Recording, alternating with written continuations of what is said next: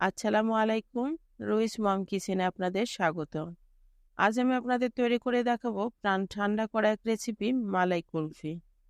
প্রচণ্ড গরমে জনজীবন যখন অতিষ্ঠ তখন অল্প সময়ের জন্য আপনার মন প্রাণকে শীতল করে দেবে এই মালাই কুলফি। মালাই কুলফি সাধারণত তৈরি করা হয় লিকুইড দুধের সাথে মাওয়া দিয়ে, কিন্তু আমাদের ঘরে দেখা যায় মাওয়াটা কিন্তু তৈরি করা থাকে না। তাই মাওয়া তৈরি করে আবার মালাই কুলফি তৈরি করাটা কিন্তু একটু কষ্টকর। কিন্তু আমি আপনাদের সাথে শেয়ার করেছি কোনো প্রকার মাওয়ার ব্যবহার না করেই মাওয়া দেওয়া কুলফির স্বাদ আপনারা কিভাবে পেতে পারেন সেই রেসিপিটি। আশা করছি আপনাদের ভালো লাগবে।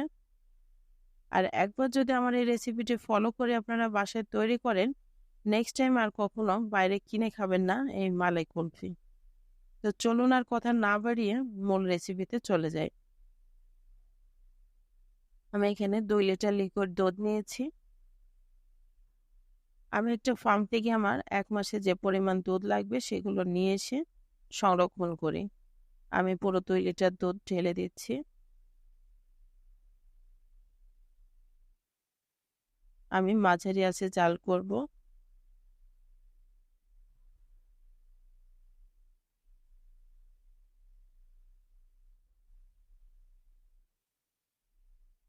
এভাবে বলক উঠে আসলে আমি একটু নেড়ে চেড়ে দেব চারপাশ থেকে, এবং নিচের থেকে যাতে লেগে না যায়। এভাবে আমি জাল করে 2 লিটার দুধকে 1 লিটার করে নেব। দেখুন এখন প্রায় 1 লিটার তৈরি হয়ে গেছে, এবং দেখে বুঝতে পারছেন অটোমেটিক্যালি এর মধ্যে কতটা মালাই তৈরি হয়েছে। মাওয়া তৈরি করা হয় কিন্তু দুধটাকে জাল করে ঘন করে শুকিয়ে মাওয়া তৈরি করা হয়। 2 লিটার দুধকে জাল করে যখন আপনি 1 লিটার করে নিবেন এবং সেই দুধটা দিয়ে যখন মালাই কুলফি তৈরি করবেন, সেক্ষেত্রে কিন্তু আপনার কোনো মাওয়া ব্যবহার করার প্রয়োজনই পড়ে না।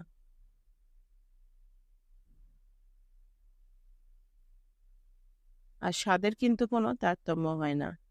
এখন আমি চুলার জালটাকে ছোট করে দিয়েছি এবং ক্যারামেল তৈরি করে নিব। একটা ফ্রাই প্যানে আমি 1/2 কাপের একটু কম চিনি দিয়েছি, আপনারা 1/2 কাপ চিনি দিবেন। এখন আমি মাঝারি আঁচে নেড়ে ছেড়ে ক্যারামেলটা করব। খুব বেশি কালার করার কিন্তু দরকার নেই। চিনিটা গলে যে একটা কালার আসলে কিন্তু এটা রেডি। বেশি কালো করলে কিন্তু খেতে ভালো লাগবে না। এখন আমি দিয়ে দিচ্ছি গরম পানি। আমি আপনাদের আগেই বলেছিলাম আমি কিন্তু দুধটা সংরক্ষণ করে ফ্রিজে। আর যারা আমার মতো করে থাকেন তারা যদি এই পর্যায়ে দুধটা দেন, অনেক সময় দেখা যায় ক্যারামেলের মধ্যে দুধটা দিলে দুধটা ফেটে যায়। কিন্তু যদি আপনি গরম পানিটা দেন তাহলে কিন্তু আর ফেটে যাওয়ার কোনো সম্ভাবনাই থাকে না। এখন আমি খুব ভালোভাবে এটা মিশিয়ে নেব।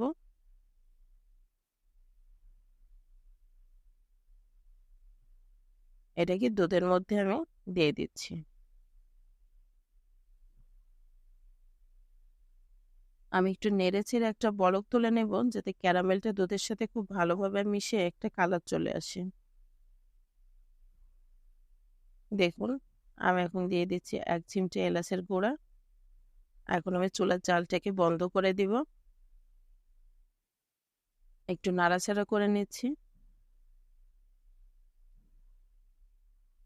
দুধটা দেখে বুঝতে পারছেন এর মধ্যে কিন্তু আলাদা করে মাওয়া ব্যবহার করার কিন্তু কোনো প্রয়োজনই পড়ে না। আর এটা ঠান্ডা হয়ে গেলে কিন্তু আরেকটু ঘন হয়ে যাবে। এটা ঠান্ডা করে আমি এখন একটা জারে তুলে নিচ্ছি। আমি একটা জারে নিয়ে নিয়েছি। এখন মালাই কুলফির এক একটা মল্ডে আমি বসিয়ে দিচ্ছি। আপনাদের বাসায় যদি এ ধরনের মল্ড না থাকে তবে আপনার পছন্দ মতো যে কোনো কিছুতে আপনি বসাতে পারেন।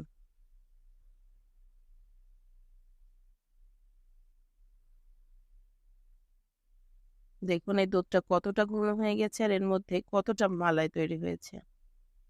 আপনার কাছে যদি মালাইগুলো একটু বড় বড় লাগে তাহলে হ্যান্ড উইক্স দিয়ে একটু ফেটিয়ে নিতে পারেন। আমি এভাবে সবগুলোতে ভরে দিচ্ছি।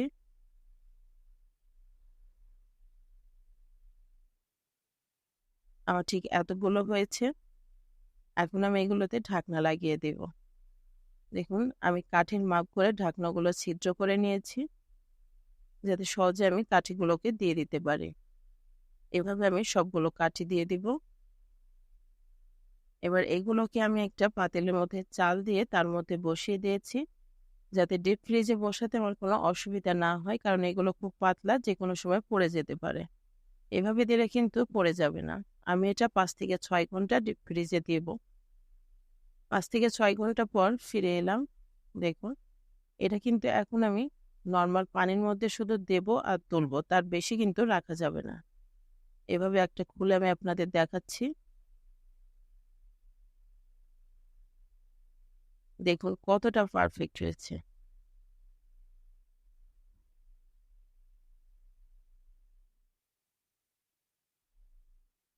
আপনারা অবশ্যই বাসায় ট্রাই করবেন। ইনশাল্লাহ ভালো লাগবে। ভালো লাগলে একটা কমেন্ট করে জানাতে ভুলবেন না। একটা লাইক দিবেন, সাবস্ক্রাইব করে বেল বাটন প্রেস করে রাখবেন পরবর্তী ভিডিওর নোটিফিকেশন সবার আগে পাওয়ার জন্য।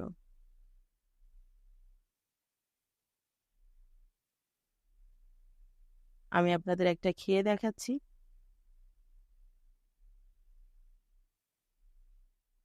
দেখুন এটা কতটা ক্রিমি হয়েছে।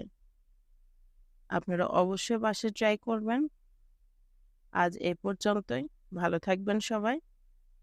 ধন্যবাদ।